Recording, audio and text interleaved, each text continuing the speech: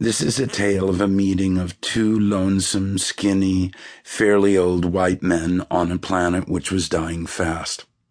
One of them was a science fiction writer named Kilgore Trout. He was a nobody at the time, and he supposed his life was over. He was mistaken. As a consequence of the meeting, he became one of the most beloved and respected human beings in history.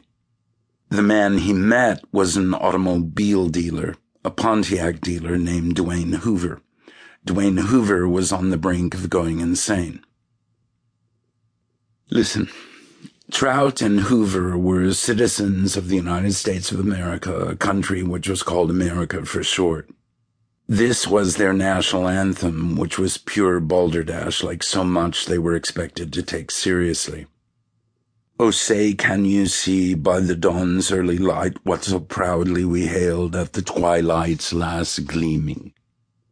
Whose broad stripes and bright stars through the perilous fight o'er the ramparts we watched were so gallantly streaming, and the rocket's red glare, the bombs bursting in air, gave proof through the night that our flag was still there.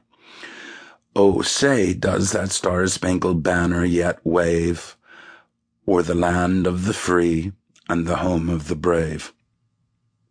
There were 1 quadrillion nations in the universe, but the nation Dwayne Hoover and Kilgore Trout belonged to was the only one with a national anthem which was gibberish sprinkled with question marks. Here is what their flag looked like. And here is a drawing of the American flag, the Stars and Stripes. It was the law of their nation, a law no other nation on the planet had about its flag, which said this: the flag shall not be dipped to any person or thing. Flag dipping was a form of friendly and respectful salute, which consisted of bringing the flag on a stick closer to the ground, then raising it up again. The motto of Dwayne Hoover's and Kilgore Trout's nation was this, which meant in a language nobody spoke anymore, out of many, one, e pluribus unum.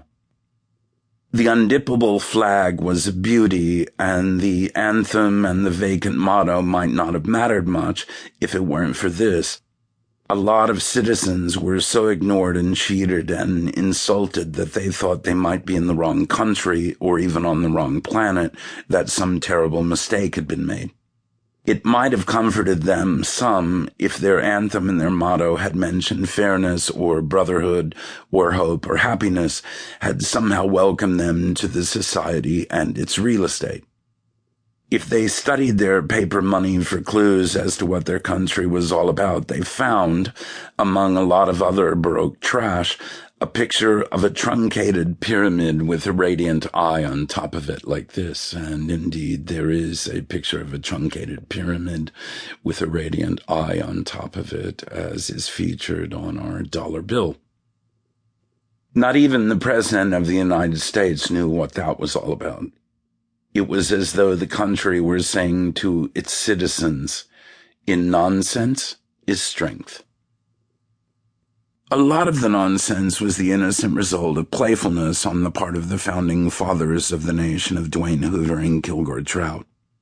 The founders were aristocrats, and they wished to show off their useless education, which consisted of the study of hocus pocus from ancient times.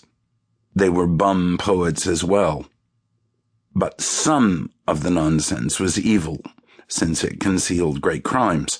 For example, teachers of children in the United States of America wrote this date on blackboards again and again and asked the children to memorize it with pride and joy.